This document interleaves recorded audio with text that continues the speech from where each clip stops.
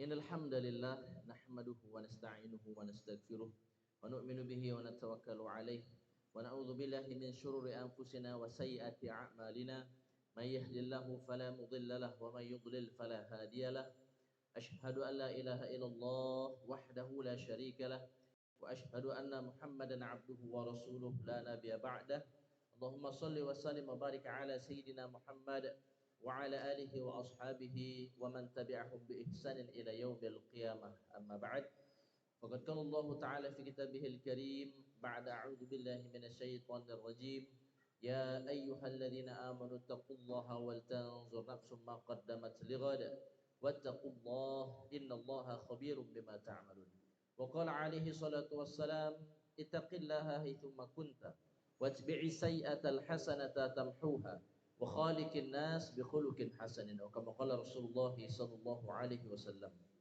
اللهم إنا نسألك علما نافعا ورزقا طيبا وعملا متقبلا. اللهم علمنا ما ينفعنا وانفعنا بما علمتنا وزدنا علما. اللهم فقهنا في الدين وعلمنا التأويل. رب اشرح لي صدري ويسر لي أمري واحلل عقدة من لساني يفقهوا قولي. Hadirin jemaah yang dimuliakan Allah Subhanahu wa taala. Setiap kita siapapun ia, laki-laki ataupun perempuan, tua ataupun muda, beriman ataupun tidak beriman, siap ataupun tidak, pasti akan senantiasa mendapatkan ujian daripada Allah Subhanahu wa taala. Ujian ini dia memiliki dua wajah, tergantung bagaimana kita berkaca diri saat musibah tersebut datang menghampiri kita. Jika musibah tadi datang saat kita dalam keadaan taat, maka dia berarti rahmat. Tetapi sebaliknya, jika ujian atau musibah tadi datang ketika kita sedang maksiat, fal'iyadzubillah, maka sudah barang tentu ia merupakan pengingat. Dan ini sebenarnya sudah Allah Subhanahu wa taala kabarkan di dalam Al-Qur'an bahwa merupakan suatu keniscayaan. Kami katakan merupakan suatu keniscayaan. Setiap manusia selagi dia masih tinggal di dunia pasti akan mendapatkan testing daripada Allah Subhanahu wa taala. Mendapatkan ujian berupa musibah-musibah daripada Allah Subhanahu wa taala. Di dalam Al-Qur'an Allah Subhanahu wa taala berfirman, "Wa la nabluwannakum bisyai'in minal khauf wal ju'i wa naqsin minal amwal wal anfusi was thamarat." Fabashshirus sabirin. Kata Allah Subhanahu wa taala, dikasih imbuhan lam taukid dan nun taukid. Wala nabluwanna. Kalau kita pernah belajar nahwu shorof, di antara faidah lam taukid, kalau lamnya pendek itu maknanya li ta'kid atau li taukid, untuk penegasan. Kalau lamnya panjang la gitu. Itu maknanya nafi, li nafiya li jinsin atau nahi, lam nafi peniadaan atau lam nahi larangan. La taqrabuz zina, begitu. Jangan dekati zina. Itu lam nahi, larangan. Di ayat ini Allah pakai lam taukid. Wala nabluwanna, di depan dikasih huruf lam, di belakangnya dikasih nun taukid tsaqilah. Dua kali. Kata para ulama maknanya apa? Pasti dan pasti tidak akan pernah meleset. Wala nabluwanna, sungguh pasti kami akan berikan ujian kepada kalian. Berupa apa? Bi syai'im minal khauf, dengan sedikit ketakutan, sedikit kekhawatiran. Takut miskin, takut tidak punya pasangan, takut tidak punya keturunan, takut dengan ancaman musuh. Tetapi ini keniscayaan daripada Allah Subhanahu wa taala. Ini ayat harus kita tadabburi baik-baik supaya bisa kita jadikan pegangan hidup kita, sehingga kita jadi manusia yang kokoh, yang sabat, yang tegar. Karena nggak bisa orang hidup di dunia nggak ada musibah tuh, nggak ada masalah tuh, nggak bisa. Adem ayem tentram nggak ada. Ya. 2 hari yang lalu ada seorang bapak tua, mungkin kalau saya terkau usianya 70-an tahun, anak 4, semuanya sudah bekerja. Tinggal yang nomor 3 lagi kuliah, menyelesaikan S1 di Jogja. Kemudian dia sedang dalam training di salah satu perusahaan minyak dan gas, ya. BUMN begitu. Cerita ini Bapak, habis uang itu hampir 800-an juta. Kata dia seharusnya S1 tidak sampai begitu. Betul Pak, saya bilang. Saya S1 nggak sampai 100 juta, saya bilang. 800-an juta coba bayangkan. Jadi diminta berangkat ke Singapura, biaya sendiri. Memang makannya ditanggung, tetapi transport sendiri. Kemudian kemarin berturut-turut 3. Awalnya diminta ke Riau, kemudian selepas itu ke Kalimantan, langsung ke Singapura. Ya. Nah, dia kemudian merasa ini kayaknya ada yang salah dengan hidup saya nih Ustaz. Saya itu selama hidup saya nggak pernah ada masalah. Tenang, adem, ayam. Saya sampaikan ayat ini. Saya bilang, Pak, nggak ada manusia di dunia itu nggak ada masalah. Mungkin dari muda ya sampai beliau usia sekarang nggak ada masalah. Mungkin di saat ini diberi masalah. Diberikan ujian oleh Allah Subhanahu wa taala. Dan memang hadirin, tidak ada ya setiap manusia yang bisa mengelakkan dirinya, menghindarkan dirinya dari musibah jika Allah sudah mentakdirkan. Qada dan qadar daripada Allah Subhanahu wa taala bagian daripada rukun iman. Seperti itu. Nah, kemudian Allah itu menyiapkan satu tempat, satu kedudukan.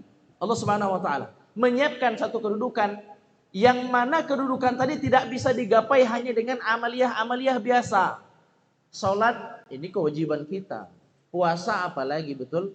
Coba saya tanya, apa kewajiban kita? Yang kalau seandainya kita anggap istimewa. Gak ada. Salat merupakan kewajiban kita. Mohon maaf, amalan kita yang kita anggap istimewa itu apa? Gak ada. Salat kewajiban kita. Puasa kewajiban kita. Paling mungkin ditambahi dengan salat sunnah. Paling mungkin ditambahi dengan puasa-puasa sunnah. Ya. Kadang-kadang banyak alpanya, banyak kurangnya, banyak lalainya kita ini. Nah, tidaklah seorang hamba dapat menggapai kedudukan tersebut kecuali hanya dengan menempuh lika-liku musibah dan ujian daripada Allah Subhanahu wa taala. Ujian anak kadang-kadang diberi ujian dengan anak susah dididik, ya. Diberi ujian dengan pasangan suami kah atau istri kah. Pengen ideal suami istri sama-sama taat, ibadah sama-sama, berangkat kajian bareng-bareng, sholat tahajud bareng-bareng, ini payah kadang-kadang. Ya, Ustaz dibangun tahajud, laki tidak sih bangun. Bang, yuk bang bangun tahajud. Kita sama-sama bang. Gitu kan. Sebentar be bang cuma 2 rakaat. Ya, dielus-elus, dak bangunlah. Ya kan? Sekali dibisik, abang nak poligami dak? Hah? Apa dak? Langsung bangun. Saat ditawar poligami, terang mata ya. Ya. Nah, jadi ini suatu keniscayaan daripada Allah Subhanahu wa taala, diberi ujian level pertama dengan sedikit ketakutan. Ada enggak Pak spidol ya? Mumpung ada Pak bentuk segede ini. Spidol besar, ya. Kecil. Oh.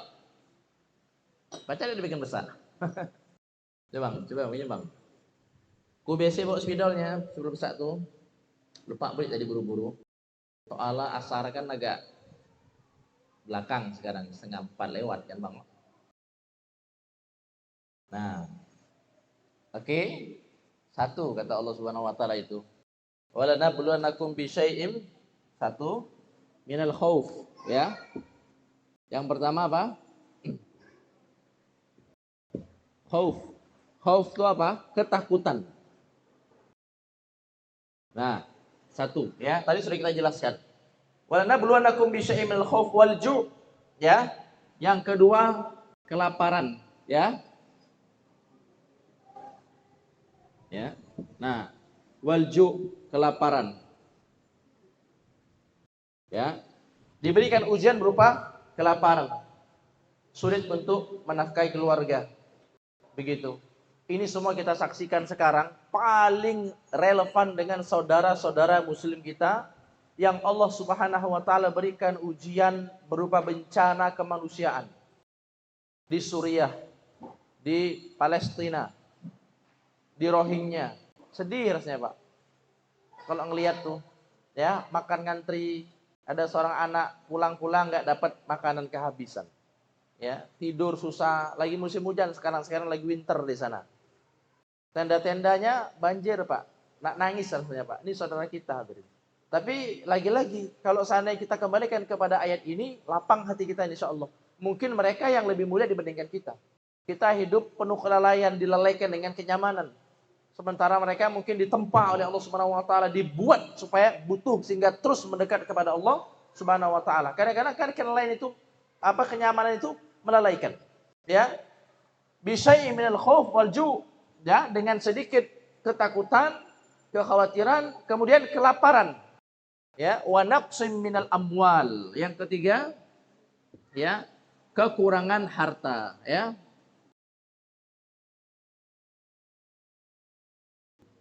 Wa naqsim minal amwal, ya. Kekurangan harta. Nah, kekurangan harta, ya. Wa naqsim minal amwal, kekurangan harta orang-orang, usaha dia mungkin gulung tikar. Ya, habis hartanya. Dia punya modal dibawa kabur sama koleganya, rekan bisnisnya. Dia punya pekerjaan di PHK mungkin. Dikurangi macam-macam caranya hartanya. Seperti tadi Bapak tadi itu yang kami saksikan, ya. Yang datang ke kami itu 800 juta habis Pak uangnya Pak. Sekarang ya, bahkan untuk mengirim anaknya pun dia harus cari pinjaman. Tapi saya ingatkan, Bapak ini suatu keniscayaan daripada Allah Subhanahu wa taala. Mau dikurangi sebanyak apapun, sebenarnya kalau kita kembalikan semua kepada Allah Subhanahu wa taala, kita tidak akan pernah merasa gusar. Kenapa? Ya memang semua punya Allah Subhanahu wa taala. Wa naqsim minal amwali wal anfus, ya.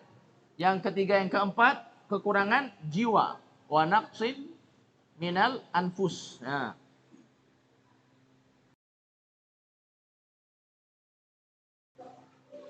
Ya, kekurangan jiwa, kekurangan harta, kekurangan jiwa.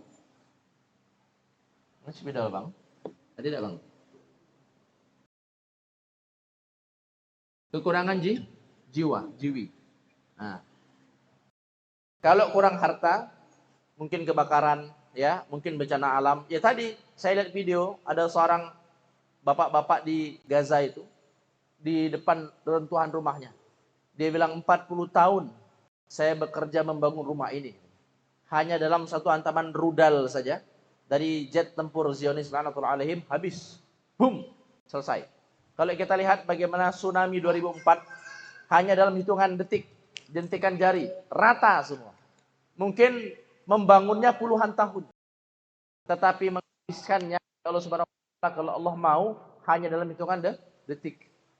Kalau hilang harta, asal badan sehat, punya tekad dan kemauan yang kuat, insya Allah bisa diusahakan lah lagi.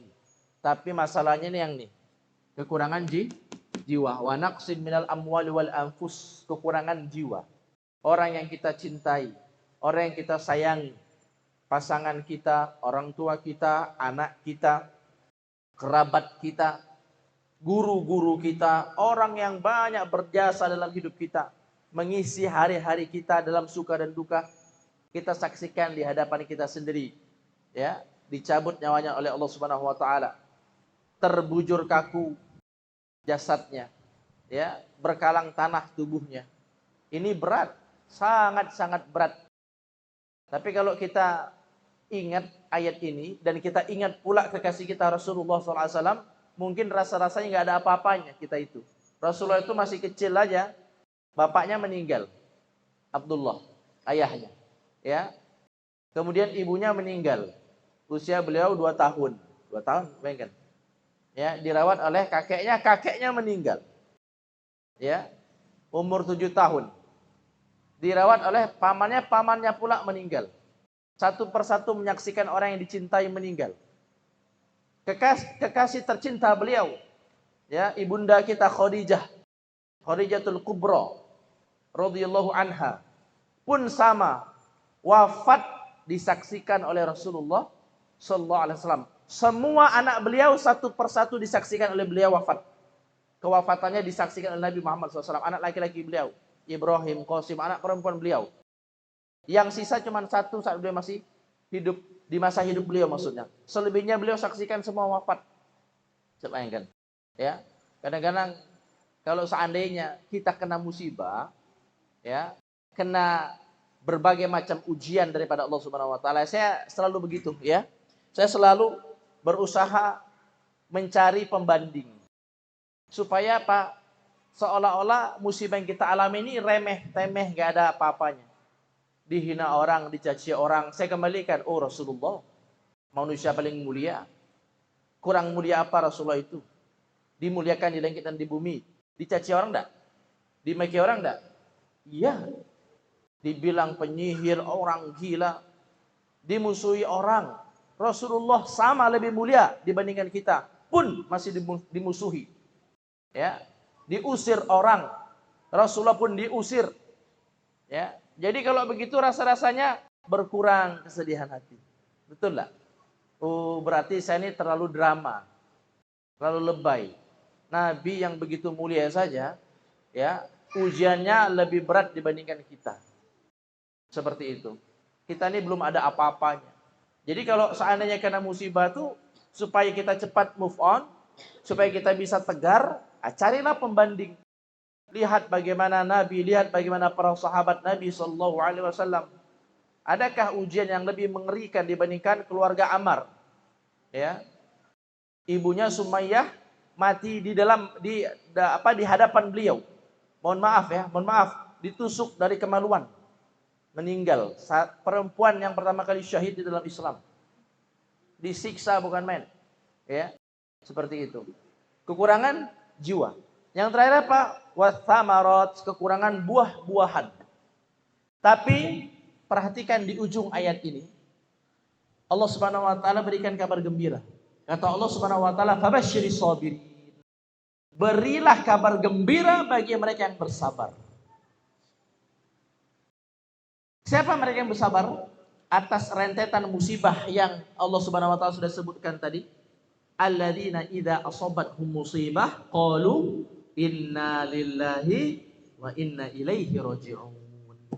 Mereka orang yang disebut bersabar itu adalah jika mereka ditimpa musibah, segera istirja. Istirja itu mengucapkan kalimat inna lillahi wa inna ilaihi raji'un. Namanya istirja. Apa namanya? Istirja. Ya, kalau istighfar astagfirullah. Kalau hamdalah alhamdulillah. Tahmid, tahlil la ilaha illallah. Takbir Allahu akbar. Tasbih subhanallah. Istirja inna lillahi wa inna ilaihi raji'un. Jadi sejatinya kalau kita betul-betul mentadabburi ayat Allah Subhanahu wa taala ini, semua rentetan masalah, semua rentetan musibah yang Allah Subhanahu wa taala datangkan di depan tadi, ketakutan, kelaparan, kekurangan harta, kekurangan jiwa, kekurangan buah-buahan, itu sebenarnya merupakan angin segar pembawa kabar gembira. Muqaddimah akan datangnya kabar gembira daripada Allah Subhanahu wa taala setelah sulitnya hidup kita, setelah susahnya perjuangan yang kita lalui, akan datangnya kabar gembira. Syaratnya cuma satu. Sabar. Habasyiris sabirin. Beri kabar gembira kepada mereka yang bersabar. Karena kalau kita cermati sebenarnya memang kita ini hidup di dunia tidak punya modal apapun kecuali sabar. Gak punya modal apapun kecuali sabar. Lahir kita tidak membawa apapun, tidak dibekali dengan apapun. Wafat kelak pun tidak membawa apapun kecuali satu helai kain yang menutupi aurat kita. Kemudian setelah diberikan kekuatan oleh Allah, tulang yang kuat, fisik yang kuat, akal yang cemerlang, bisa mencari nafkah, bisa dianggap mandiri, tiba-tiba merasa ini semua hasil jerih payah kita, hasil usaha kita, tidak. Gak punya apa-apa kita. Makanya kalimatnya apa? Inna lillahi wa inna ilaihi raji'un. Sesungguhnya kita ini milik Allah, tidak dimiliki oleh siapapun, tidak memiliki apapun. Wa inna ilaihi raji'un, dan kita akan dikembalikan kepada Allah Subhanahu wa taala. Konsepnya begitu, gak punya apa-apa kita ini. Yang kadang-kadang bikin kita down, jatuh, ya, tidak bisa bangkit lagi adalah rasa memiliki yang berlebihan. Usaha kita, istri kita, suami kita, anak keturunan kita, harta kita, jabatan kita, bukan punya kita. Itu amanah daripada Allah Subhanahu wa ta'ala.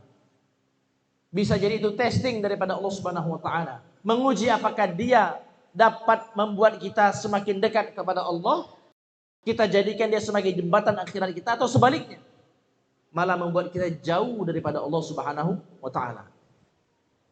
Jadi hadirin Allah Subhanahu wa ta'ala, kalau kita betul-betul mentadabburi ayat ini, kita akan jadi manusia yang paling lempeng sebenarnya. Hati kita nih ya sekecil ruangan, kalau saya bilang. Ruangan ini kalau diisi penuh dengan berbagai macam pernak-pernik dunia, sempit dia sesak, betul tak? Rumah kecil ya, ukuran 6x6, tapi diisi dengan macam-macam barang. Ya, sumpah. Betul lah. Sekarang itu kan lagi tren di Jepang itu simple living. Jadi kursi dikeluarkan, lesehan. Ya, bener nih. Dipan-dipan dikeluarkan, lesehan orang Jepang. Saya bilang, saya pas lihat di video itu, Nabi kita SAW sudah begitu keadaannya. Ya, sehingga lapang. Demikian hati kita diisi penuh dengan pekerjaan, dengan pasangan, dengan anak, dengan harta, dengan jabatan, semua membuat hati kita sesak. Ya, kita isi satu saja, Zat yang Maha Kaya, Allah Subhanahu wa ta'ala. Apapun yang akan kita alami, insya Allah pegangannya kuat, dia sebaik-baik pondasi, bertumpu dan bersandar hanya kepada Allah Subhanahu wa ta'ala. Begitu. Ya. Jadi ketika kita merasa memiliki, lihat ini adalah perusahaan saya. Lihat perusahaan yang banyak ini hasil usaha saya. Karyawan yang banyak ini karyawan saya. Omset yang bermiliar-miliar ini hasil kerja saya, kerja keras saya. Tidak, bukan sama sekali. Dari siapa? Dari Allah Subhanahu wa ta'ala. Yabsutu rizqa liman yasha'u wa yaqdirulah. Allah melapangkan dan menyempitkan rezeki bagi siapa yang Allah Subhanahu wa ta'ala kehendaki. Nah, jadi ketika kita beristirja, kita bukan cuma mengucapkan di lisan. Mengucapkan di lisan sebagai pengingat.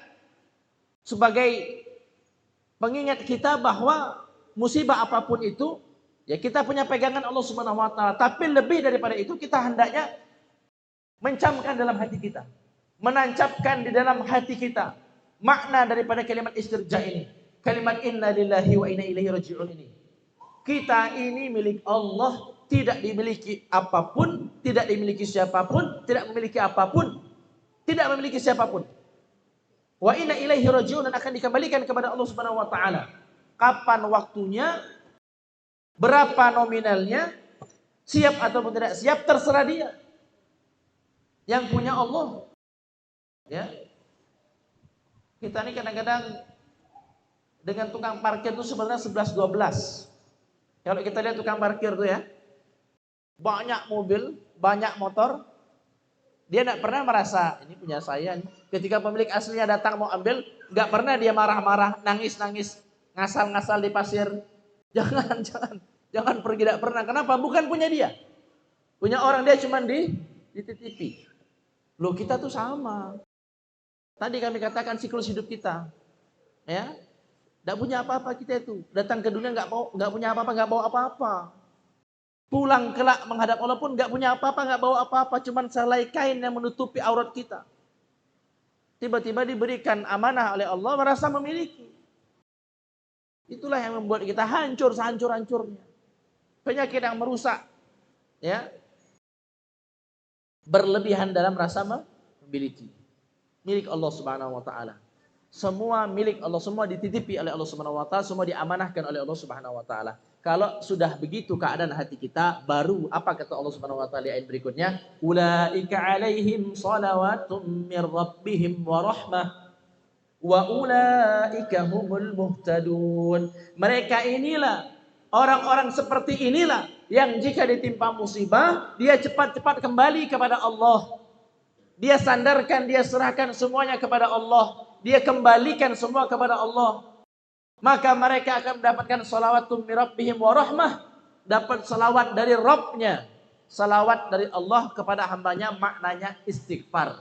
Yakni maknanya mohon maaf, ampunan daripada Allah Subhanahu wa ta'ala. diampuni dosa kita. Asal syaratnya kita tidak menyalahkan takdir.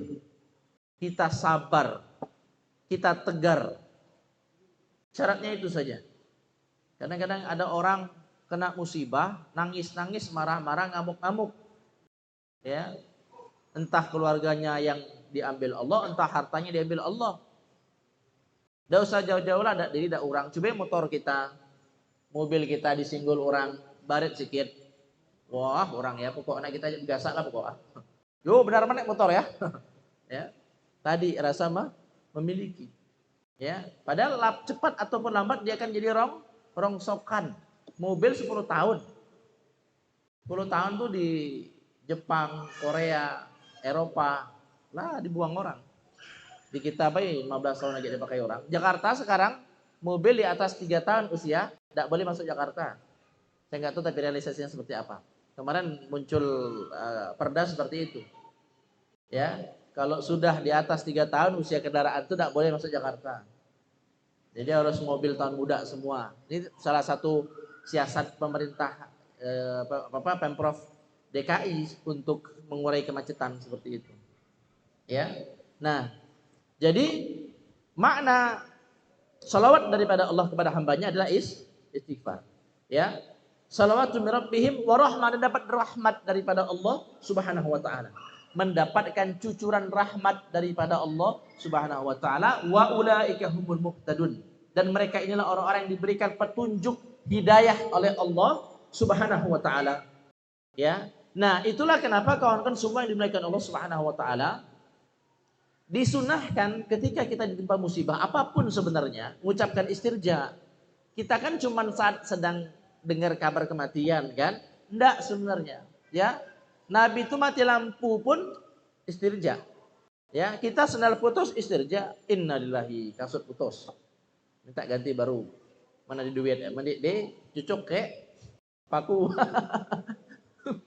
Pengalaman. Ya. Semua sebenarnya, dompet kehilangan, handphone kehilangan, istirja. Inna lillahi wa inna ilaihi rajiun, melapangkan hati. Ya. Ada satu kisah menarik, seorang sahabiah namanya Ummu Salamah. Siapa namanya? Ummu Salamah. Ummu Salamah ini beliau ditinggal mati oleh suaminya Abu Salamah. Menangis beliau. Kemudian dilewati oleh Nabi Muhammad SAW. Kata Nabi, kenapa engkau menangis? Tidak ridhokah engkau dengan ketetapan Allah Subhanahu wa taala? Kata Ummu Salamah, biasa perempuan kan? Ya. Ini Abu Salamah suamiku wahai Rasulullah, lelaki terbaik. Tidak ada dalam pandangan mataku laki-laki yang lebih baik melebihi Abu Salamah. Sekarang dia meninggalkan aku. Nangis dia. Kata Nabi, engkau ucapkan apa yang Allah Subhanahu wa taala ajarkan di dalam Al-Qur'an. Inna lillahi wa inna ilaihi raji'un. Kemudian baca doa ini. Nah, amalkan ini. Hafalkan ya. Kemudian kalau kena musibah baca ini. Ya. Allahumma jurni fi musibati wa akhlif li khairan minha. Engkau baca apa yang Allah ajarkan di dalam Al-Qur'an. Ini hadis sahih riwayat Imam Muslim. Inna lillahi wa inna ilaihi raji'un. Kemudian kata Nabi Muhammad SAW, engkau baca doa ini. Allahumma jurni fi musibati wa akhlif li khairan minha. Sama-sama ya. Allahumma jurni fi musibati wa akhlif li khairan minha. Allahumma jurni fi musibati wa akhlif li khairan minha. Artinya Allahumma jurni, ya Allah, berilah pahala fi musibati, pada musibahku ini, wa akhlif li khairan minha, dan gantikan untukku dengan yang lebih baik.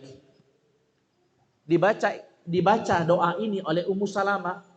Inna lillahi wa inna ilaihi raji'un. Allahumma jurni fi musibati wa akhlif li khairan minha.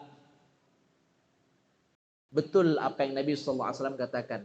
Ya, betul apa yang terkandung di dalam doa ini. Ya Allah, beri aku pahala atas musibah yang sedang ku alami, dan tolong gantikan dengan yang lebih baik. Kata dia sebelumnya, tidak ada laki-laki yang lebih baik melebihi Ummu Salamah. Setelah dia baca doa ini, kemudian Allah gantikan dengan laki-laki terbaik, the best of the best yang datang melamarnya, Rasulullah Sallallahu Alaihi Wasallam, menjadikan beliau istri. Ummu Salamah salah satu ummahatul mukminin, ya, ibunya orang-orang yang beriman. Nah, ini kita amalkan, ya. Kami betul-betul merasakan khasiat daripada doa yang diajarkan Rasulullah SAW ini, serius.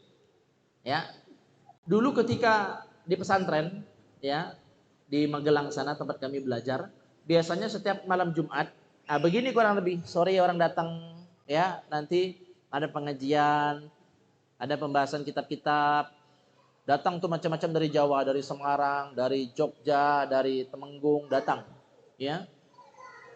Kemudian yang jauh sebagian nginep. Kalau kami santri biasa nginep di masjid begitu, ya. Masih ingat saya itu 2013 kalau tidak salah. 2013 atau 2014, ya. Jadi di kantong kanan jubah saya itu dompet, di kantong kiri handphone BlackBerry. Zaman dulu BlackBerry itu di lawannya deh pokoknya. Asal anak taipau pakai BlackBerry lah pokoknya. Sekarang pakai iPhone, dulu belum ada iPhone. BlackBerry, ya. Saingannya Blueberry. Handphone Cina. Bismillah. Handphone yang sebenarnya handphone kerja sebenarnya. Kan dulu saya tuh mondoknya kan selesai lulus kuliah, semester 7 kan udah kerja kan. Jadi wartawan. Jadi kalau ngetik tuh gampang, pakai BlackBerry itu cepet. Jadi kalau direkam diketik. Nah, seperti itu. Hilang. Saya ingat saat bangun tahajud masih ada, kan berat kan terasa tuh. Jadi pas mau ke WC buka nih jubahnya nih, gamis panjang tuh digantung. Ya, digantung di depan kan biasa kan. Setelah buang air kecil, wudu. Habis wudu pakai ringan baju nih. Pas dirogoh nggak ada lagi. Handphonenya, dompet masih ada. Dompetnya masih ada, isi eliau. Hilang isi ya. Saya masih ingat 300.000 uang saya untuk makan sebulan. Di Magelang tuh murah, apalagi di zaman itu. Ika percaya enggak? Bubur tuh cuma 1.000 warga ya. Terkejut-kejut. Anak-anak Sumatera, anak Sulawesi, anak-anak Malaysia, ya, anak Malaysia, anak-anak Singapura tuh, pokok aja di Sultan di sana. Murah, 1.000 cuman. 300.000. Baik pulih maling nih, nya sisanya 50.000. Tahu mungkin kan, oh ini anak rantau, nengok dari muka-muka, kasihan dialah beri 50.000. 50.000. Saya laporkan ke keamanan pesantren. Waktu itu saya masih ingat namanya Ustaz Habib. Apa kata beliau? Wah, antum ini kurang sedekah. Langsung jelek. Iya ya, mungkin ya. Terus dikasih amalan ini. Ya, ada salah satu ustaz ngasih. Antum baca ya doa ini. Inna lillahi wa inna ilaihi raji'un. Allahumma ajurni fi musibati wa akhlif li khairan minha. Salat dulu hajat 2 rakaat, salat hajat 2 rakaat, baca Yasin, baca hizib. Hizib Nawawi boleh, hizib Bahar boleh, baru baca ini. Habis itu ikhlaskan, jangan ngarep balik. Oh ya Ustaz, saya amalkan. Wallahi, saya enggak bohong. Cuman 1 pekan jaraknya berselang dari hilangnya handphone saya tadi. 1 pekan persis. Enggak pakai orang pintar di Terawang. Enggak pakai lihat CCTV, enggak ada CCTV di pesantren kita, ya. Cuman 1 pekan handphone saya kembali utuh. Cuman kan BlackBerry dulu kan kalau 3 kali salah password kan dia install ulang kan, habis data-datanya habis. Ajibnya yang mencuri ternyata sama-sama santri. Anak-anak tahfiz.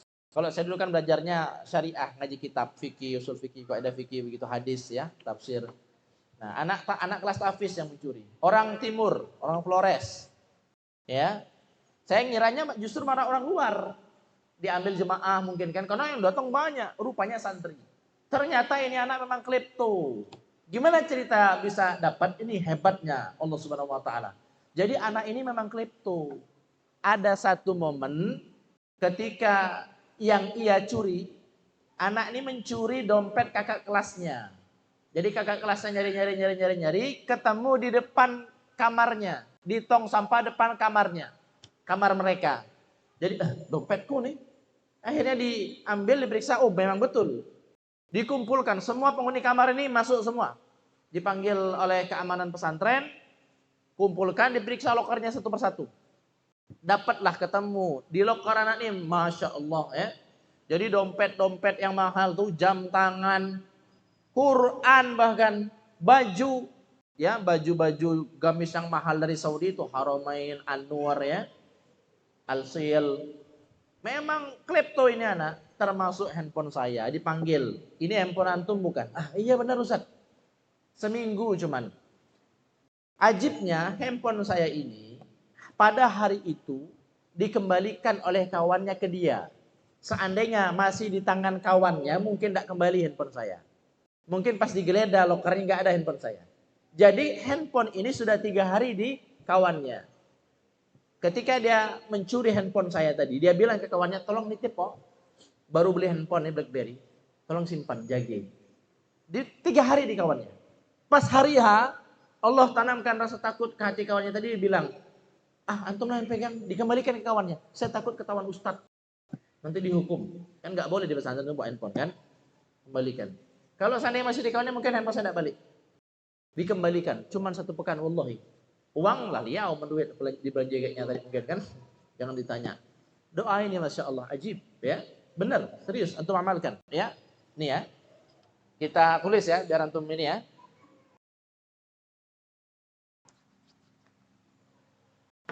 Istirja dulu, inna lillahi wa inna ilaihi roji'un ya.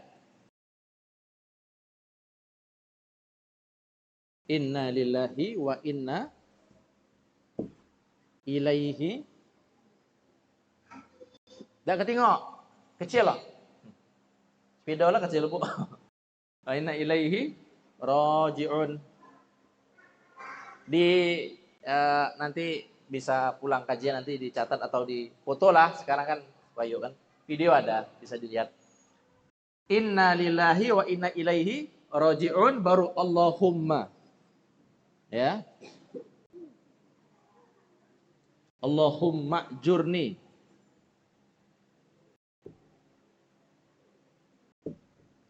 fi musibati ya.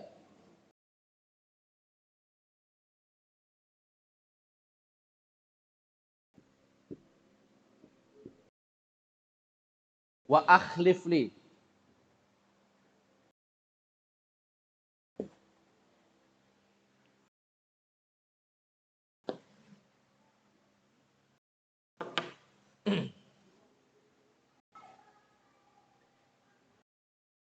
wa akhlif li. Li-nya pisah.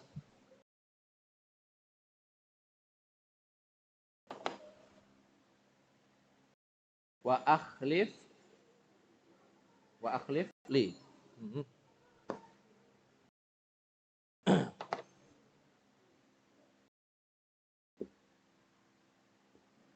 Wa akhlif li khairan minha.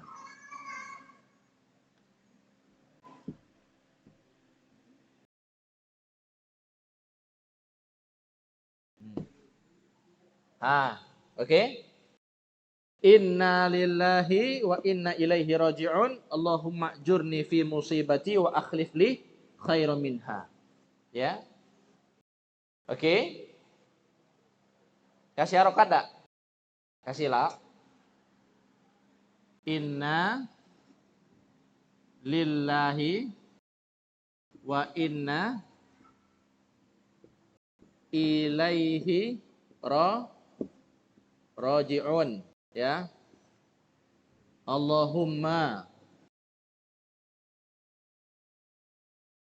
Allahumma jurni fi musibati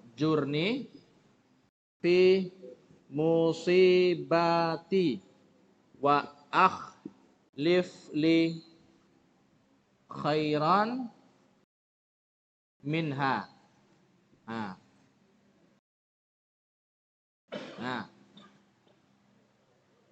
Ini hadisnya sahih riwayat Imam Muslim.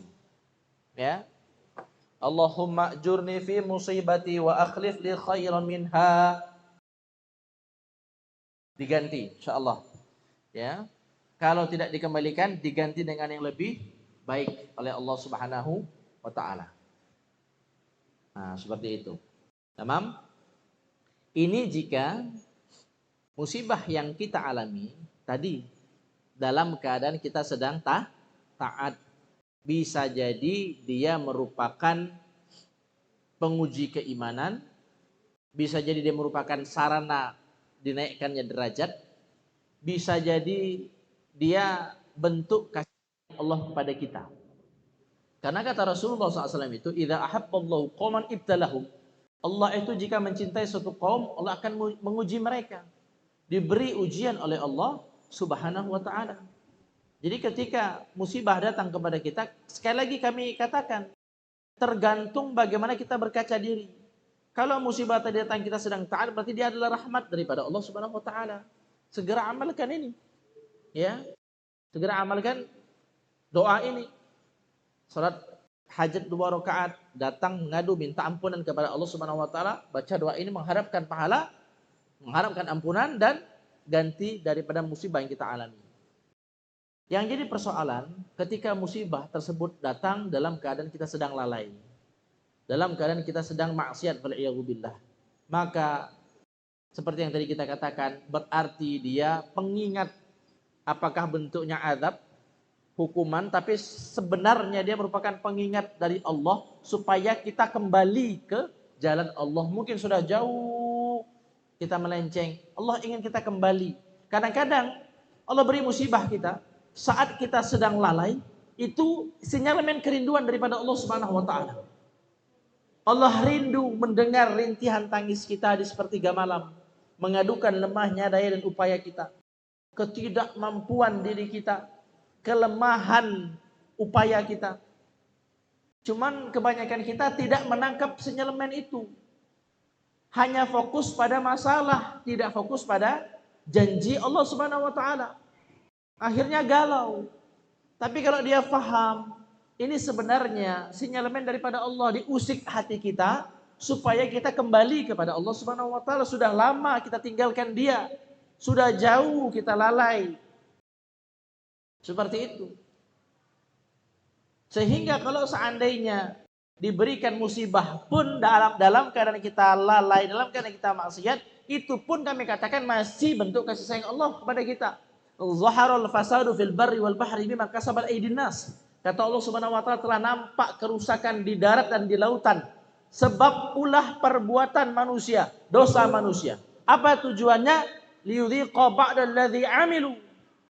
Agar Allah menimpakan kepada mereka sebagian daripada ulah perbuatan mereka, dosa mereka.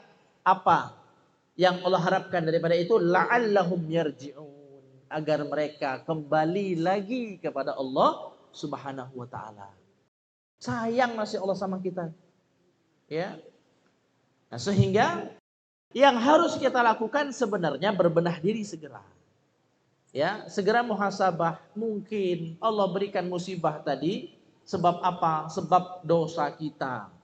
Dan memang tidak ada perkara yang dapat menghalangi rezeki, menjadikan sempitnya urusan hidup kecuali dosa. Kata Nabi Muhammad SAW, innal abda la yahrumu rizqa bi dzambin yusibuh. Sesungguhnya seorang hamba itu terhalangi dari sumber rezekinya sebab dosa yang dia perbuat. Kita nih hadirin, sudah Allah Subhanahu wa taala bekali dengan rezeki tiap-tiap kita. 5.000 tahun sebelum langit bumi diciptakan. Kemudian kelak ditetapkan kembali saat usia kandungan 4 bulan, saat kita masih dijanin. Di dalam hadis sahih Nabi mengatakan, yujma'u khalqakum fi butuni ummahatikum arba'ina yawman nutfah. Allah Subhanahu wa taala itu menyempurnakan penciptaan kalian di rahim ibu kalian 40 hari pertama berupa setetes sperma nutfah.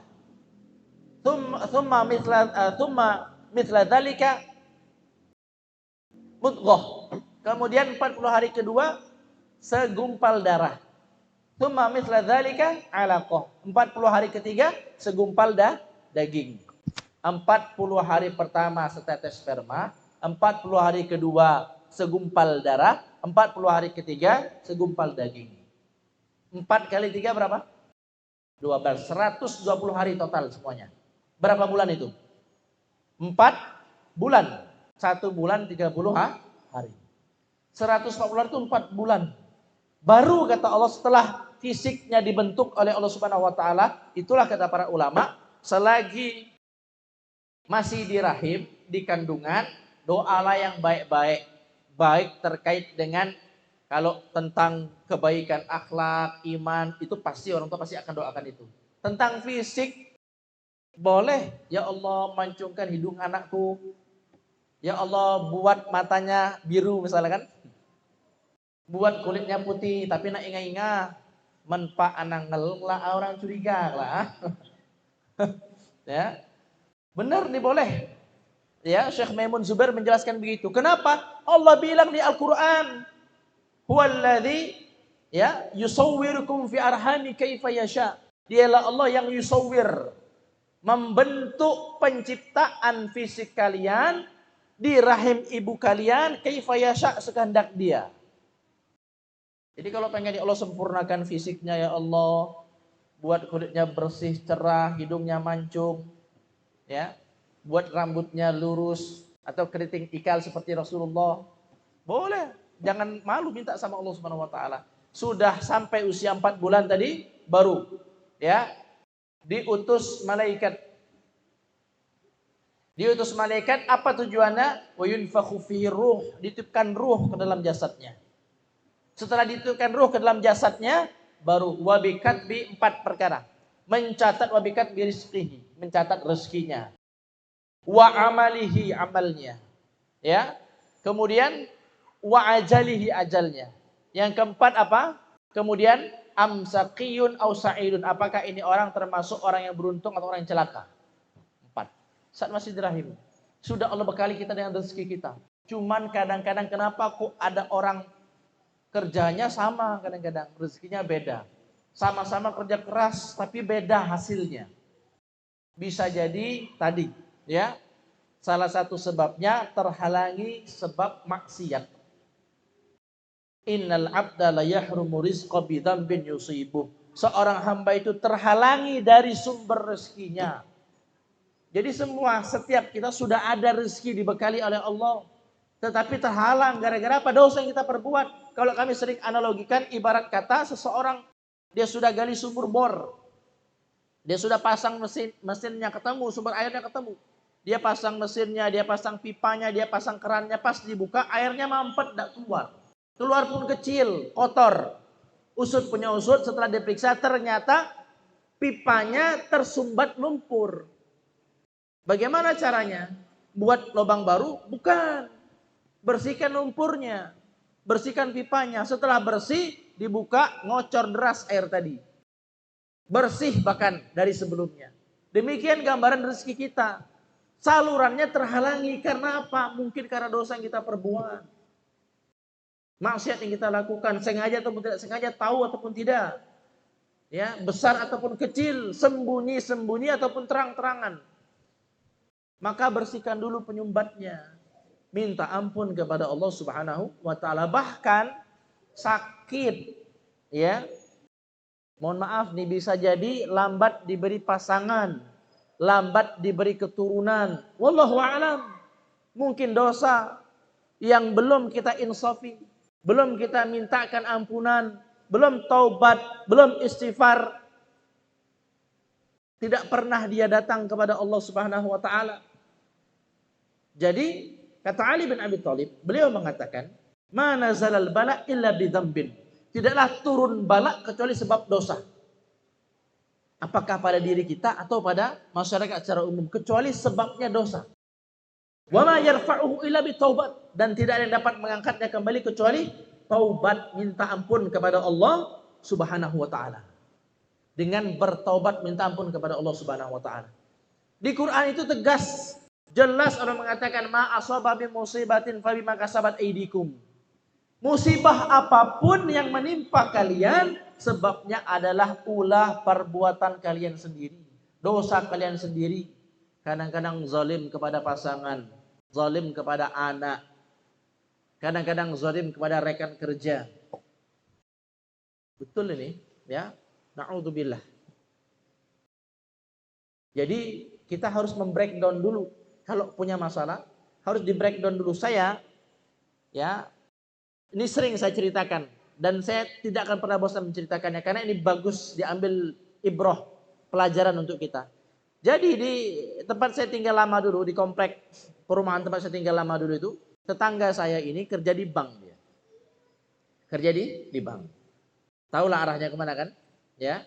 Nah, setiap kami pulang kajian, jadi saya tuh kalau pulang kajian malam kan biasanya tuh ya, sampai rumah kadang jam 9, setengah 10. Setiap saya pulang kajian, saat parkir mobil, dia udah nunggu di depan.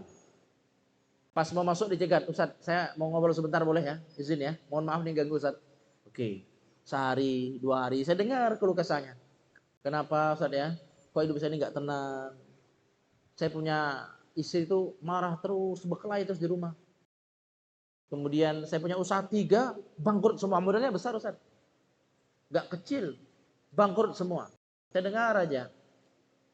Kemudian satu kesempatan saya coba tadi membreakdown trigger atau sebab-sebab dosa. Saya tanya, antum merasa nggak melakukan dosa? Apa ya Ustadz ya, dibilang. Ya, nggak ngira. Dia nggak sadar, bahkan kadang-kadang itu kenapa pentingnya kita datang ke majelis ilmu, pentingnya berkawan dengan orang-orang saleh, pentingnya dekat dengan para ulama, para asatidz. Bisa tanya, konsultasi masalah, sama seperti kita dekat dengan dokter. Ada masalah pada kesehatan kita, mudah kita tanya. Ya, coba saya bilang, ada yang salah nggak dengan hubungan antum bersama Allah? Saya bilang. Oh, katanya, saya udah lama nggak sholat. 1, saya bilang. Dek, sholat. Dek, asih sholat. Ini di kajian sebelum sudah pernah kita bahas nih. Orang yang dengan sengaja meninggalkan sholat, rusak hidupnya. Kata Nabi Muhammad SAW, la tatrukis salata muta'ammida. Jangan pernah meninggalkan sholat dengan sengaja. Fa innahu man taraka salata muta'ammida faqad bari'at minhu dhimmatullahi wa rasulih. Karena barang siapa yang meninggalkan sholat dengan sengaja, lepas tali pengikat hubungan dia dengan Allah.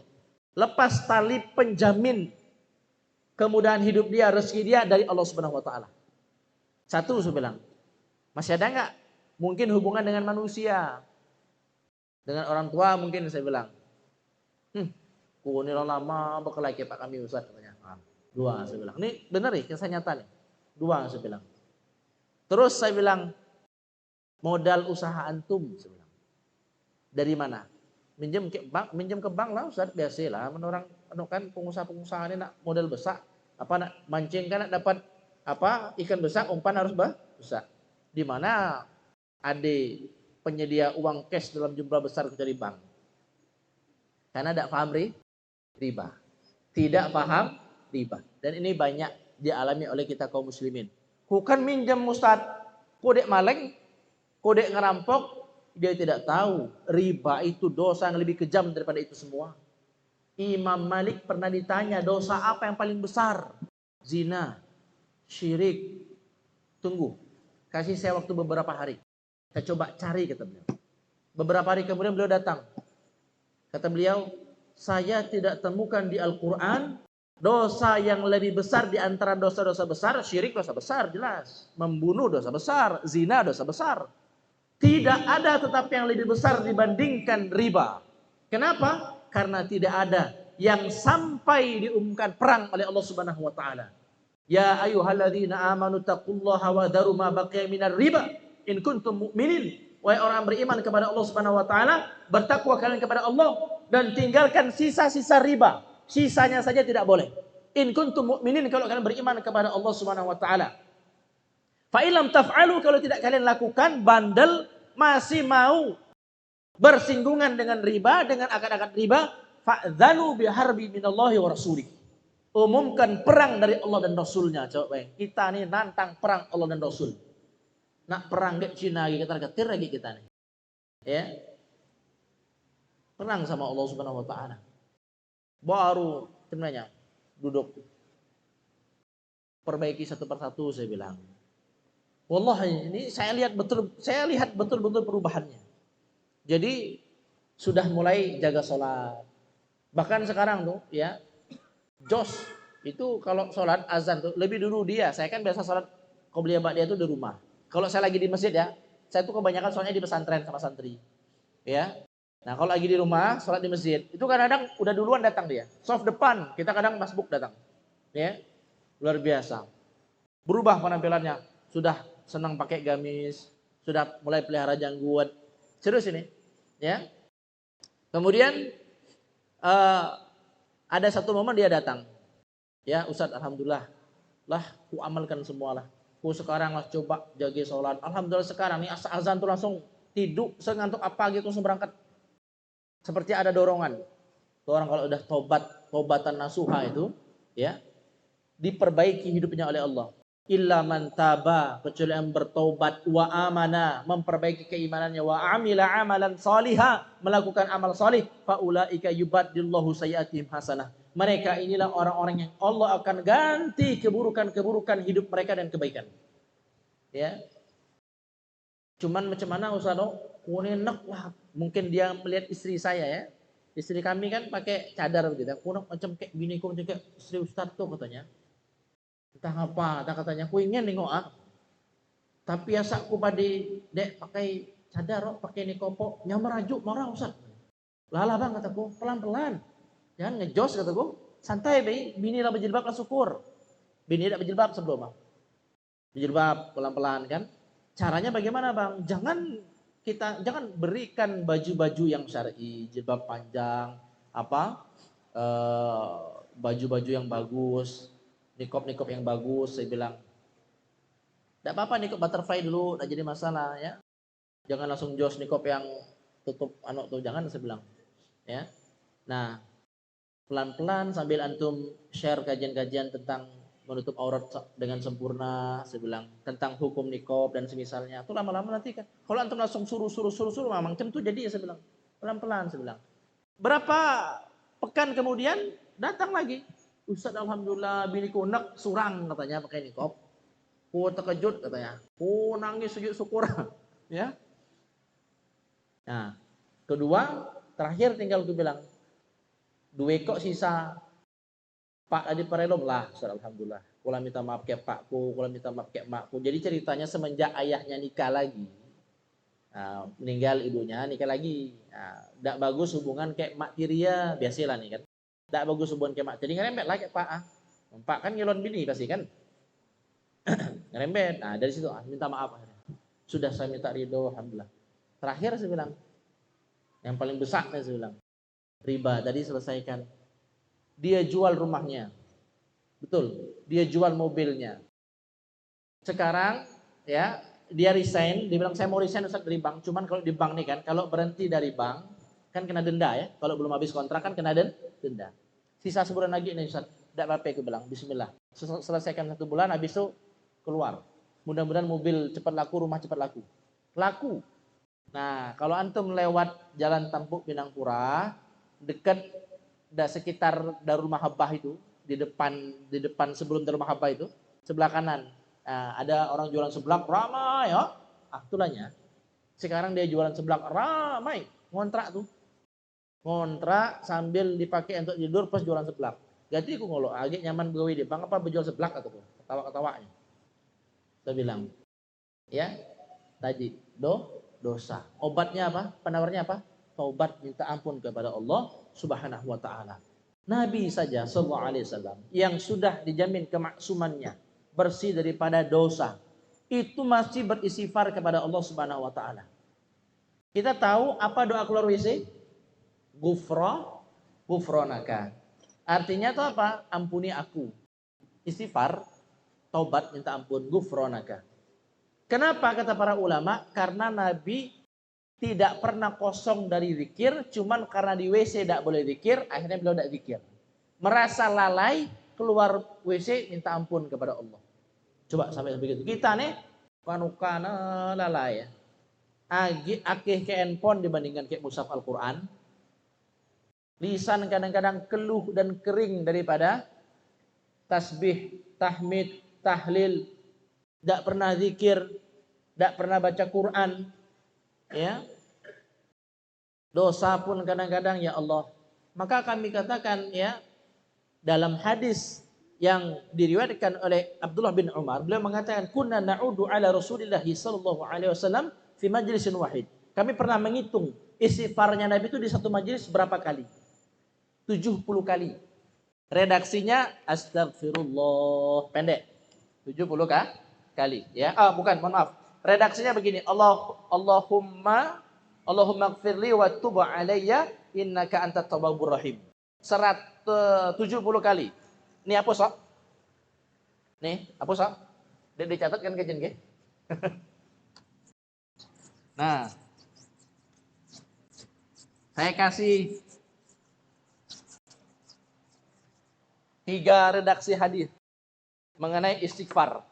Ya, kata Nabi Muhammad SAW, man lazim istighfara, barang siapa yang lazim, senang, terus menerus beristighfar, lisannya basah dengan istighfar, maka 3 yang akan Allah berikan. Ja'alallahu min kulli dhiqin makhraja, Allah akan berikan kesulitan, kesempitan hidupnya jalan keluar.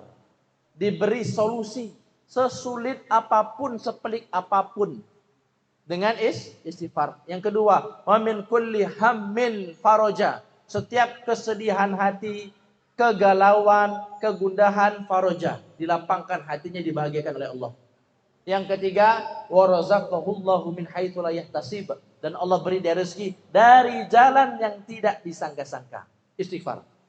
Di Quran itu, ya, Nabi Nuh bilang ke kaumnya, Fakul tustaghfiru rabbakum innahu kana ghaffara. Aku katakan kepada kaumku, kaumnya Nabi Nuh, istighfar kalian, minta ampun kepada Allah, sesungguhnya Allah itu Maha Pengampun.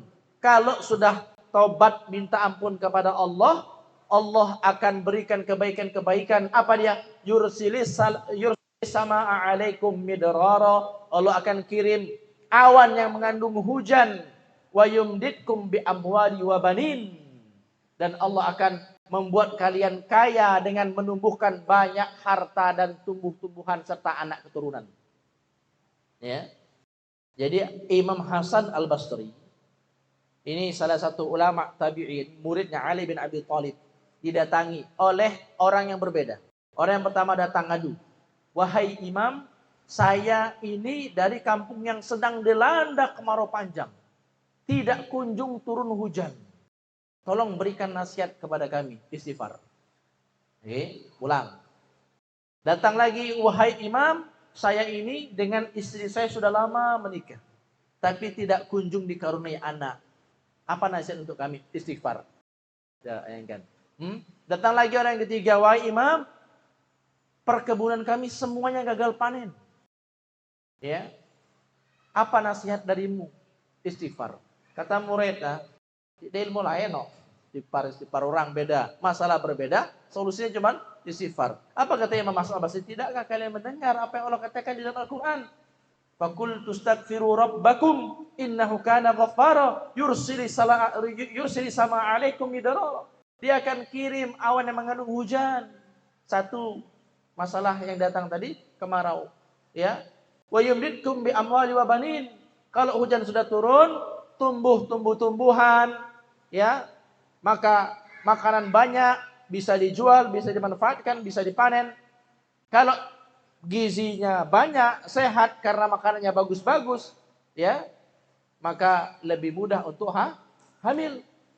Allah akan perbanyak anak-anak untuk kalian, perbanyak harta untuk kalian dari hasil penjualan perkebunan tadi. Baru, oh iya benar, istighfar, ya. 170 kali. Begini redaksinya. Yang pertama, ya. Allahumma gfirli, rabbighfirli wa tub alayya, ya. Rabbighfirli.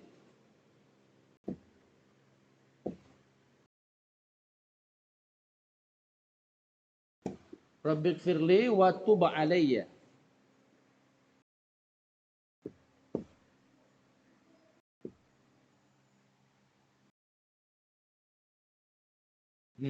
Rabbighfirli wa tub alayya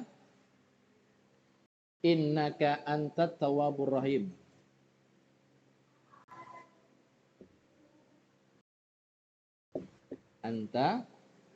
Innaka antat tawwabur rahim.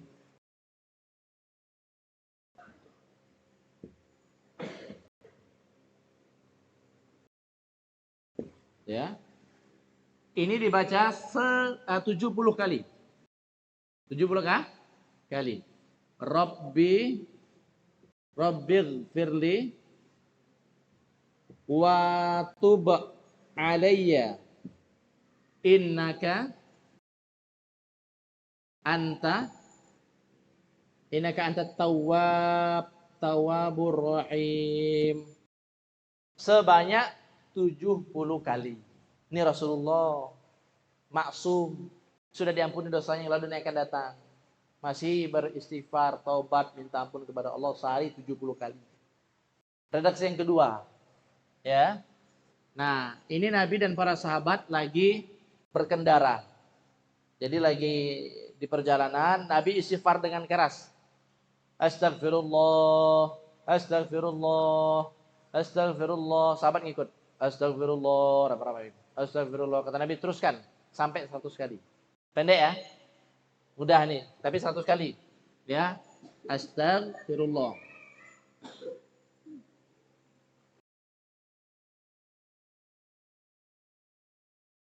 Astagfirullah.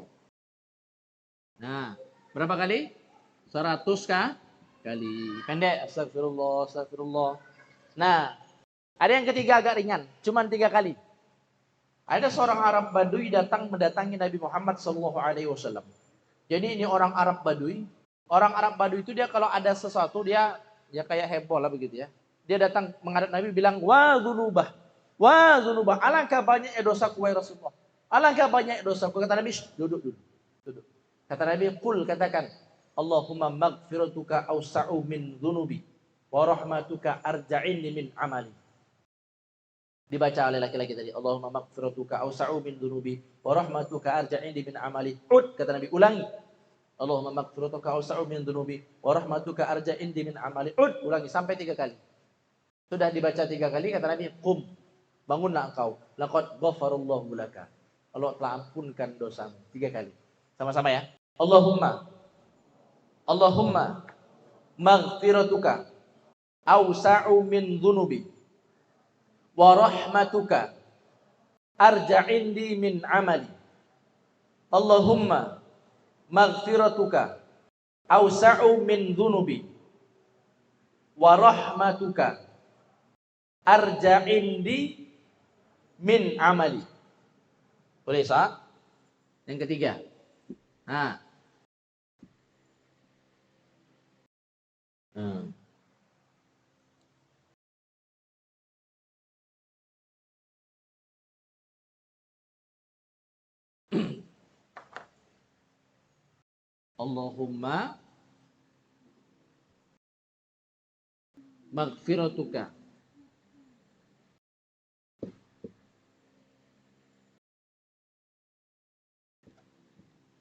Allahumma maghfiratuka awsa'u min dzunubi. Nah. Wa rahmatuka. Nah. Wa rahmatuka arja'indi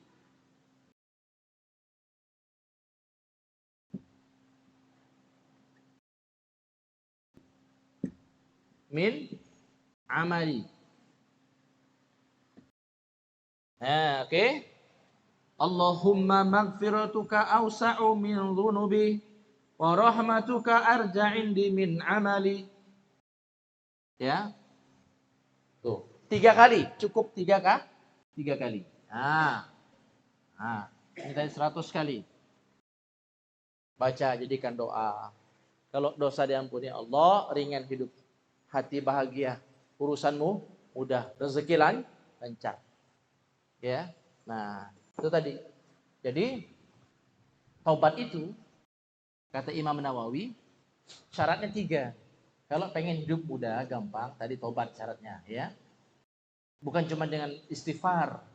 Itu langkah awal. Termasuk sholat sunnah taubat di dalam hadis riwayat Al-Bukhari itu begitu. Riwayat Tirmidzi, mohon maaf. Tidaklah seorang hamba mamin rajulin ya yathnibu dzamban, tidaklah seseorang melakukan dosa kemudian thumma yaqumu, kemudian dia bangkit, fayatawaddau, berwudu, kemudian dia salat 2 rakaat, ya. Salat 2 rakaat, thumma astaghfirullah, kemudian dia beristighfar kepada Allah, illa ghafarallahu lahu. Maka Rasulullah sallallahu alaihi wasallam, inilah dalil salat sunah taubat. Salat sunah taubat, doa minta ampun kepada Allah. Kapan waktunya Ustaz? Terserah. Ya, tidak mesti malam tengah malam. Ya, boleh kapanpun. Bagusnya saat setelah melakukan dosa segera beristighfar. Ya, kita ini kadang-kadang ditipu oleh syaitan, dibuat menunda-nunda taubat seperti itu. Padahal kalau mau dibilang, kadang-kadang yang bikin orang itu menunda-nunda taubat itu kenapa? Ada bisikan-bisikan, kelak lah, kane kelak taubat sambel, kelak ulang lagi, kelak kane kelak tak takut dok dianggap mempermainkan taubat, mempermainkan Allah. Dah, kita ini manusia, mahalul khotok wanisyan, tempatnya salah dan lupa, sering buat salah. Qulubni Adam khotta'un, kata Nabi. Setiap anak cucu Adam itu khotta'un, pakai sigot mubalaghah. Maknanya apa? Orang yang sering mengulang-ulang dosa. Tapi wa khairu khotta'in at-tawwabun. Sebaik-baik mereka yang gemar mengulangi dosa juga sama, yang juga banyak mengulangi taubatnya. Minta ampun kepada Allah. Begitu, ya, baca doa ini. Kemudian 3 syarat sebagai penutup, kata Imam Nawawi, agar betul-betul dibersihkan dosa kita, dimudahkan hidup kita, dianggap sudah taubatan nasuhah, bukan cuma beristighfar. 1, an-nadmu, ya, menyesal. Syarat taubat itu diterima 1, an-nadmu, menyesal, ya. Ciri orang nyesal itu dia nangis, terusik hatinya, malu kalau ketahuan orang. Kalau ada orang bangga dengan dosa berarti dia tidak nyesal. Ya. 1. Jadi aib-aib di masa lalu, dosa-dosa di masa lalu, tidak usah nak dicita-citakan ke orang lain. Sudah Allah tutupi aib kita, sembunyikan. Ciri orang yang benar tobatnya, dia tidak bangga dengan dosa-dosanya. Kadang-kadang ada yang boleh orang bangga. Amang nih jang dulu asal lagi mudik. Segala macam minuman keras amang minum. Ya kayak botol yang keras dia amang minum. Ya. Tidak usah. Sudah Allah tutupi. Allah tuh benci dengan mujahir. Mujahir itu orang yang malam buat dosa, maksiat, ditutupi oleh Allah. Paginya dia pamerkan ke orang lain. Dia cerita-cerita ke orang lain. Marah Allah. Sudah tutup tobat, minta ampun kepada Allah. Yang kedua, ya, menyesal. Yang pertama, yang kedua apa? Al-azmu alla ya'ud, berazam, bertekad tidak akan mengulangi dosa yang sama. Nah, jadi memang ada keinginan dalam hatinya tidak akan kembali ke dosa yang lama. Ada keinginan akan betul-betul meninggalkan dosa tersebut. Tidak akan mau dilakukan lagi. Yang ketiga, ini faktor yang paling kuat. Apa? Ya, al-khal'u an dzambin. Ya, al-khal'u an dzambin. Mencabut diri dari dosa. Kayak orang nyabut rumput. Oke. Dipisahkan dari akar, dipisahkan akar dari tanahnya. Begitu. Kalau yang menjadi trigger kita melakukan dosa kawan, tinggalkan kawannya. Cari kawan yang lain. Banyak Allah Subhanahu wa taala akan carikan, gantikan teman yang lebih baik. Bukan mau memutuskan tali silaturahim, tidak, mau menyelamatkan iman kita. Kita tetap berhubungan baik tapi tidak kita jadikan dia teman dekat. Kenapa? Karena kata Nabi, al-mar'u ala dini khalilihi. Seseorang itu tergantung agama kawannya. Tinggalkan. Kalau tempat kerja, tinggalkan tempat kerjanya. Diganti Allah dengan tempat kerja yang lebih baik, insya Allah. Tidak perlu khawatir, rezeki Allah luas. Ya. Masalahnya kita nih bukan fokus pada rezeki, tapi fokus pada pekerjaan. Ya. Padahal pekerjaan tidak sama sekali mempengaruhi rezeki. Mendak pakai seragam dianggap dia begawi kan, kadang-kadang kan. Mendak di jam kerja dianggap dia begawi. Tidak perlu khawatir. Ya, kalau lingkungan kerja yang jadi sebab kita melakukan dosa, tinggalkan. Rezeki Allah luas. Kalau yang menjadi sebab dosa kita lingkungan tempat kita tinggal, pindah cari tempat lain. Allah akan ganti. Itulah kenapa kata orang Arab itu kalau beli rumah itu atau bikin rumah itu yang diperhatikan tetangga dulu. Al-jarru qabla dar. Jadi kalau pengen beli rumah tuh beli dulu tetangganya sebelum rumahnya. Maksudnya apa? Kalau kita beli rumah kan kita lihat, oh ini bagus untuk investasi, ruangannya bagus, ada sekian kamar, sirkulasi udaranya bagus, pencahayaan bagus. Lihat juga tetangganya macam mana. Lingkungan sekitar tuh bagaimana mendukung kita kepada ketaatan atau tidak. Ya. Nah, sebagai penutup, ada seorang anak muda di Damaskus, Syria. Dia pengen mondok kalau bahasa kita sekarang. Belajar kepada seorang syekh. Ya, ini implementasi daripada meninggalkan dosa tadi. Al-khal'u ani dzambin, meninggalkan dosa dan sebab-sebab dosa. Dia datang kepada syekh, dia bilang, "Saya pengen belajar, syekh." Kata syekhnya, "Kamu gak akan sanggup ikut saya ini sibuk ngajar, sehingga kehidupan saya pas-pasan. Sibuk ngajar, sibuk dengan ilmu, ma'isyahnya sulit. Kadang saya makan kalau ada rezeki, kalau tidak saya puasa. Kamu masih muda, nggak apa-apa, saya siap insya Allah, saya taat. Ikutlah." Ini pemuda belajar dengan syekhnya tadi di masjid di Damaskus. Kemudian selang beberapa tahun masih kuat. Ada satu kesempatan mungkin Allah uji dia. 4 hari tidak makan. Ini anak dengan syekhnya. Puasa, minum, bukan puasa hanya air minum saja, sahur hanya air minum saja. Datanglah bisikan dari syaitan, godaan dari syaitan. Sudah halal sekarang yang diharamkan oleh Allah. Jadi kita itu makan bangkai haram, tapi dalam keadaan terdesak, dalam rangka menyelamatkan nyawa boleh. Makan babi boleh tak? Haram, makan babi hukum asalnya. Tapi kalau terdampar di pulau, sudah 5 hari terluntang-lantung di lautan, terdampar di suatu pulau, isi babi ketak, pulau tuh, boleh dimakan. Potong babinya, panggang, ada kicap sikit.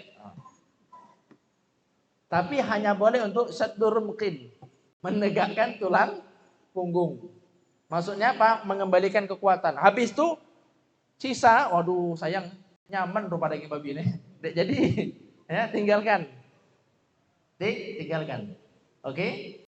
Nah, jadi kata Allah, "Faman ittura ghairu bagin wala 'adin fala itsma 'alaih." Siapa yang mutor, terdesak, ya, kemudian tidak berlebih-lebihan hanya untuk menyelamatkan nyawa saja, tidak berdosa sama sekali. Ya. Nah, akhirnya ini anak mencuri. Dia satroni rumah tetangga masjid, satu, tengok, wah ini kosong nih. Zaman dulu kan rumah itu dia pakai apa? Sakfun itu bukan kayak kita, atapnya atap rata itu. Sebagian pakai pelepak rumah kan. Jadi masuklah dia dari dapur, pas dilihat di dapur itu ada apa kita nyebutnya, panci yang baru berasap, menandakan baru selesai dimasak. Wah, ada makanan. Pas dibuka, labu, mungkin sayur lodeh mungkin, no? Dimakan sama anak nih. Pas dia makan, muncul ketakwaan di dalam hatinya, menyeruak rasa takut kepada Allah. Dia langsung, belum sempat dia telan, lagi dia kunyah, dia langsung muntahkan, langsung astagfirullahaladzim, apa yang saya lakukan? Saya sudah melakukan 3 dosa sekaligus. 1, masuk rumah orang tanpa izin. 2, mencuri. 3, makan barang yang haram. Tak pikir panjang, dia langsung tinggalkan. Pancinya masih terbuka, bekas lepehan makannya masih di tanah. Pulang ke masjid, tobat, minta ampun kepada Allah. Di balik tirai masjid itu ada suara perempuan ngomong dengan syekhnya, "Wahai syekh, saya ini janda, ditinggal mati oleh suamiku, sudah habis masa iddahku." Ini perempuan solihah. "Saya takut terkena zina, tolong carikan suami untukku." "Bagaimana tipenya?" "Terserah engkau, saya percayakan kepada engkau." "Syekh ini kemana ingat? Aku murid ya saya." Panggil, jangan sini jang. "Ini kah lo? Daripada nyusah kure," bahasa kita nih. "Kamu menikah ya?" "Wahai syekh, engkau tahu keadaan saya. Apa yang engkau makan itu yang saya makan. Engkau tidak makan, saya pun tidak makan. Bagaimana saya mau menikahi perempuan ini? Dengan apa saya harus menafkahi dia?" Kata perempuan tadi, "Gak apa-apa." "Gak apa-apa bang." "Alhamdulillah saya punya usaha," katanya. "Ada warisan tersisa dari almarhum suamiku." Langsung dinikahkan saat itu juga. Dinikahkan, sudah selesai, sudah sah kalian suami istri, pulang sekarang. Engkau ikut istrimu sekarang ke rumah. Nak ngaji tinggal ke masjid kelak. Pulang ke rumah. Pas lewat rumah, masuk rumah. Kau ini rumah yang ku masuk tadi semua. Duduk tanya abang lah makan lu bang, lu pagi 4 hari lu makan dek. Duduk bawa, ku ngambil makan di dapur. Alhamdulillah baru beres makan. Pas masuk dapur menjerit histeris istrinya tadi. Kenapa istriku? Sepertinya ada pencuri masuk ke rumah kita. Buktinya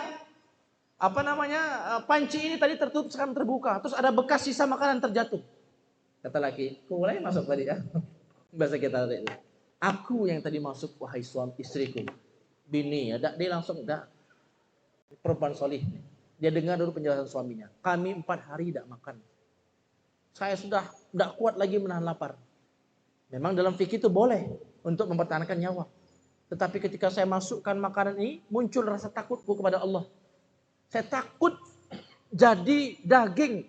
Kata Nabi, kulu lahmin nabata minal haram fanaru aulabi. Setiap daging yang tumbuh dari perkara yang haram, neraka tempatnya. Seketika aku buang tanpa fikir panjang, aku lari kembali ke masjid, bertobat, minta ampun kepada Allah. Aku tinggalkan walaupun aku harus kembali dalam keadaan lapar. Perempuan solehah tadi jawabannya, Masya Allah, dicatat dalam tinta emas sejarah. Kata perempuan ini, subhanallah, betullah apa yang Rasulullah katakan. Innaka lan tada'a syai'an lillahi azza wa jal illa badalakallahu khairan minha. Sesungguhnya tidaklah engkau meninggalkan sesuatu yang haram karena Allah. Tadi kaitannya, kalau kawan tinggalkan karena Allah, kalau tempat kerja tinggalkan karena Allah, kalau lingkungan tinggalkan karena Allah, kecuali Allah akan ganti dengan yang lebih baik. Engkau tinggalkan satu suapan yang haram karena Allah, Allah ganti makanannya sekarang jadi milikmu. Pancinya jadi milikmu, dapurnya, rumahnya, pemilik rumahnya pun jadi milikmu. Masya Allah. Ya, karena apa? Sungguh-sungguh taubatan nasuha, bukan hanya di dalam lisan tapi diimplementasikan dalam tindakan dan perbuatan. Meninggalkan sesuatu yang haram karena Allah. Ciri seorang hamba sudah betul taubatnya. Wallahu a'lam bishawab. Demikian pembahasan kita pada sore hari ini. Ada tanya jawab? Atau langsung ditutup? Agak panjang nih, maghrib kita jam 5:30, 7.25. Suka yuk lagi ya. Tidak ada? Bismillah. Jadi lah. Ada deh. Alhamdulillah, paham semen. Biasanya mau ditanya paham semen biasanya. Atau tidak paham semen. Mudah-mudahan paham semua. Ya, mudah-mudahan ini bisa diamalkan. Jadi amal jariah untuk saya. Ya. Juga mudah-mudahan jadi sebab Allah mudahkan hidup kita semua. Kita tutup dengan doa kifaratul majlis. Subhanakallahumma wa bihamdika asyhadu an la ilaha illa anta astaghfiruka wa atubu ilaik. Assalamualaikum warahmatullahi wabarakatuh.